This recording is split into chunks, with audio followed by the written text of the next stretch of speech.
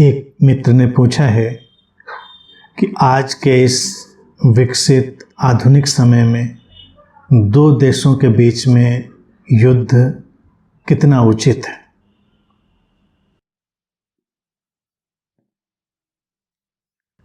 युद्ध तो देखिए किसी भी रूप में उचित नहीं है।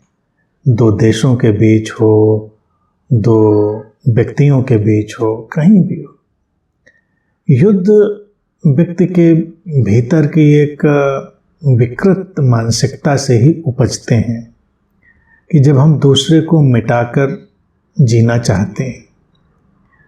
ये कौन सी मनोवृत्ति होती है जो अपने जीने के लिए दूसरे को मिटाने की कोशिश करती है।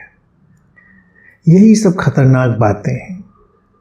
तो समाधान युद्धों का राजनैतिक कूटनीतिक तलों पर जो होगा सो होगा, लेकिन मूल समाधान तो व्यक्ति के आंतरिक रूपांतरण से ही आना है। मैंने पहले भी कितनी बार इस पर बात करी है कि ये 3IT एज है। इंफॉर्मेशन टेक्नोलॉजी की एज, जब हम सारी सूचनाओं के ऐसे जगत में रह रहे हैं कि हर सूचना हमारी उंगलियों पर है, फिंगर टिप पर है, हम सारी सूचनाओं में जा सकते। टेक्नोलॉजी बहुत हमारी विकसित हो रही है जो हर तरफ से हमको प्रभावित भी कर रही है, विकास भी दे रही है और कई किस्म के संकट भी दे रही है वो तकनीक, वो टेक्नोलॉजी। अब ये जो है बहुत सुंदर व्यवस्था है। चलिए, इंफॉर्मेशन टेक्नोलॉजी का विकास होना चाहिए। इसी से फिर एक चीज़ और निकलती है, इंटरनेशनल टेररिज्म। अब टेररिज्म से लोगों को लगता है आतंकवाद एक ऐसी चीज़ है कि कोई आतंकवादी कहीं घुस आए और उन्होंने कहीं बम लगा दिया, कहीं गोली मार दी, वो आतंकवाद हुआ। लेकिन किसी भी व्यक्ति का एक दूसरे से उलझना, उसकी हत्या या उसके नुकसान की तरफ बढ़ना, वो भी तो आतंक का ही प्रसार है, वो भी आतंकवाद है। तो अब इंटरनेशनल टेररिज्म मैंने कहा था कि बहुत पहले मैंने कहा था ये सब बढ़ना ही है। तो अगर दो देश भी लड़ बैठते हैं तो वो भी एक किस्म का अंतर्राष्ट्रीय आतंकवाद ही है। हम आतंक का प्रसार क्यों करना चाहते हैं? फिर उसी संदर्भ में मैंने ये बात भी कही थी कि इन दोनों ITs का, इंफॉर्मेशन टेक्नोलॉजी और इंटरनेशनल टेररिज्म, इनका समाधान तीसरी IT में है, इनर ट्रांसफॉर्मेशन, आंतरिक रूपांतरण। अब व्यक्ति जब तक उस इनर ट्रांसफॉर्मेशन में नहीं जाएगा, जियो और जीने दो में नहीं जाएगा, तब तक ऐसे ही चलता रहेगा। हमारे शिक्षित होने का, सभ्य होने का क्या मतलब रह जाता है? हम तो धर्म के नाम पर, तमाम तरह के विरोधी विचारधाराओं के नाम पर, किसी न किसी आधिपत्य की कामना के कारण इस तरह के युद्ध और आतंक में उतरते ही रहते हैं। और युद्ध कोई भी हो, बेवजह की हानि होती है, निर्दोष लोगों की मृत्यु होती है, रक्तपात होता है, इससे कुछ शुभ तो होता नहीं है। लेकिन हम समाचार की तरह से जब चीज़ को देखते हैं कहीं, तो हमारे लिए वो नंबर्स होते हैं, इतने लोग मारे गए, इतने सैनिक मारे गए। लेकिन जिनके लोग मारे जाते हैं उनके लिए तो वो एक बहुत बड़ी घटना होती है। किसी का कोई प्रियजन गया, चाहे वो सैनिक हो, चाहे वो सामान्य नागरिक हो, वो तो बड़ी घटना है। उसके लिए तो जीवन का पूरा परिदृश्य ही बदल गया। तो ये विभीषिका होनी नहीं चाहिए, लेकिन फिर भी होती है। हम आज के देखिए आधुनिक समय में ही देख रहे हैं कि ऐसे युद्ध हैं सामने, और छुटपुट रूप से तो चलते ही रहते हैं। लेकिन जब छुटपुट रूप से चलते रहते हैं तो सब खामोश बैठे रहते हैं, तब उस पर कोई बोलता नहीं।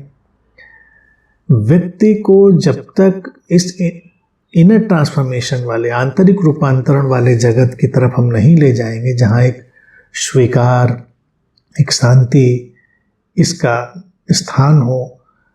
भारत में तो हमने देखिए वसुधैव कुटुंबकम की बात की थी कि पूरा संसार हमारा एक परिवार जैसा हो। लेकिन जैसे परिवारों में कलह चलती है, ऐसे संसार में ये सब कलह चल रही है।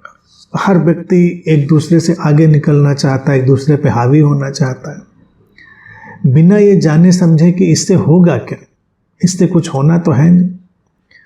हम अपने ही लोगों का रक्त बहाकर अगर कहीं आगे जाते भी हैं तो उससे बनना क्या है। बात के मूल में जाकर ही हमको देखना होगा।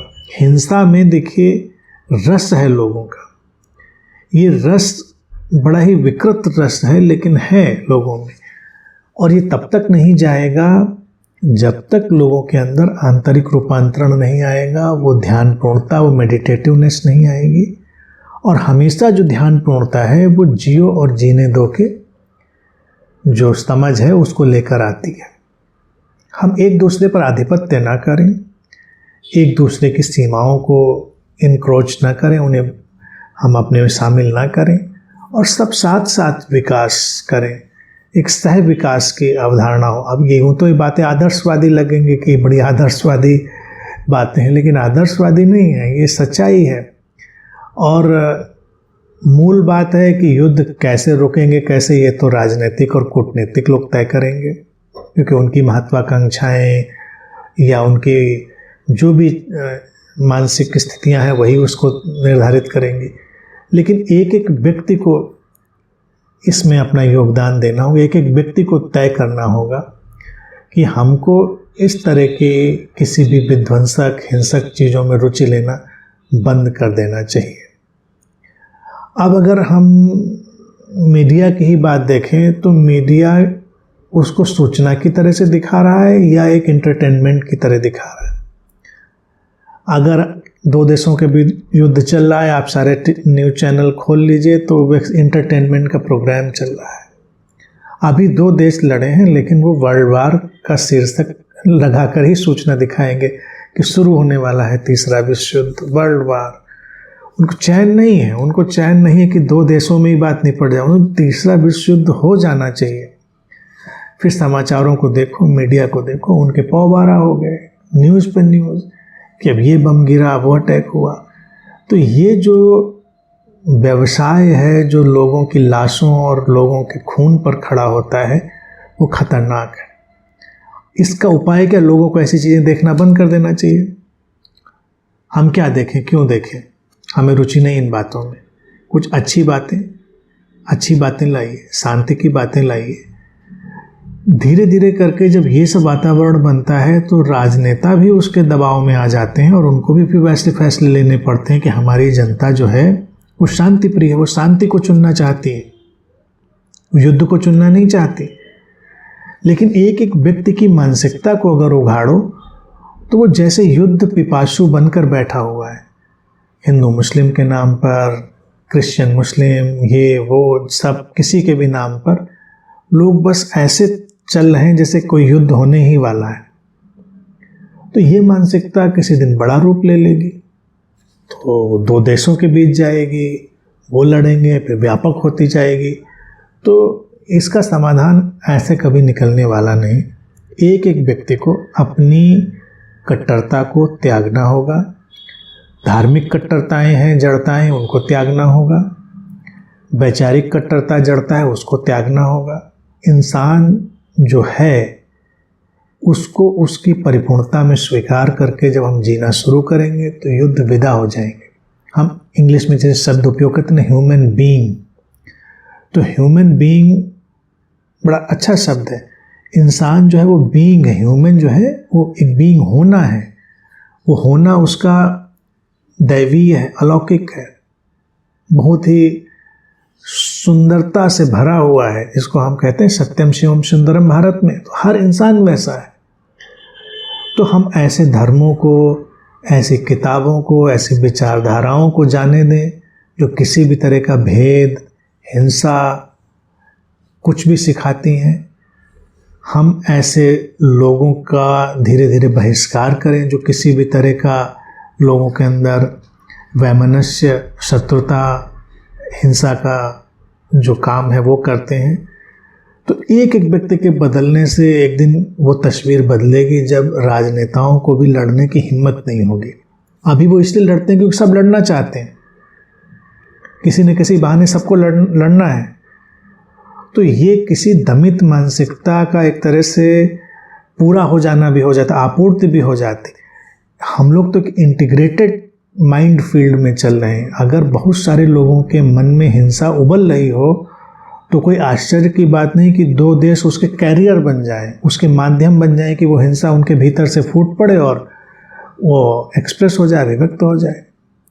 क्योंकि ये जो एक सामूहिक मन हमारा काम कर रहा है, अगर उसमें हिंसा खौल रही होगी तो कहीं भी कुछ माध्यम बनकर कहीं निकल पड़ेगी वो। इसका उलट हमको करना है, उसको शांति से भरना, उस इंटीग्रेटेड माइंड को, उस जो कलेक्टिव माइंड फील्ड है उसको शांति और प्रेम से भरना। भगवान बुद्ध ने क्या किया? क्षत्रिय थे, योद्धा थे, वीर थे, चाहते तो युद्ध करते, युद्ध करके साम्राज्य खड़ा कर लेते और साम्राज्य खड़ा करके फिर प्रवचन देते। तो शायद बहुत लोग सुनते कि भाई इतने बड़े शासक हैं, प्रवचन दे रहे हैं, तो सुन लिया जाए उनकी बात को। उन्होंने चुनाव अहिंसा का किया, युद्ध का नहीं किया। और उन्होंने एक ऐसे संघ का निर्माण करने की कोशिश की जो इस शांति और करुणा और ध्यानपूर्णता इससे भरा हुआ है। तो ये प्रयोग उनका था उस कलेक्टिव माइंड स्पेस को, सामूहिक मन के क्षेत्र को बदलना। तो आज जिन लोगों को बड़ी पीड़ा है कि हिंसा हो रही है, लोग मारे जा रहे हैं, उनको अपने अंदर टटोल कर देखना पड़ेगा कि तुम्हारे अंदर कितनी हिंसा है। तुम अपनी हिंसा को हटाओ, अपने अंदर के उस डिविसिव माइंड को हटाओ, एक दूसरे पर आधिपत्य करने वाले, एक दूसरे को उच्च और हीन मानने वाले सारे जो भेद पड़े हैं अंदर, उनको हटाओ। व्यक्ति को एक अलौकिक सत्ता की तरह, दैवी सत्ता की तरह देखना शुरू करो। जितने ज़्यादा लोग इस तरह की मानसिकता में आएंगे तो सामूहिक मन बदलेगा, तो उसके माध्यम भी फिर लोग बनेंगे। अभी ये आश्चर्य की बात नहीं है कि लोगों के अंदर खौलती हुई हिंसा किसी भी माध्यम से फूट कर सामने निकल आए। तो दो देश भी अगर उसके व्हीकल बन जाए, मीडियम बन जाए, तो कोई आश्चर्य की बात नहीं है। तो मेरी रुचि इस बात में नहीं है कि इसके राजनीतिक समीकरण क्या हो, इसके वो चीज़ें क्या हो। मैं तो यही चाहता हूँ, जैसे बुद्ध ने चाहा था, एक जीवंत संघ हो। अब वो संघ किसी नाम पर नहीं, संघ शांति का, संघ प्रेम का, ज़्यादा से ज़्यादा लोग अपने अंदर उन भावनाओं को लाएं। फिर देखिए एक दिन मनुष्यता से युद्ध विदा होंगे और लोग शायद शांति से रह पाएं।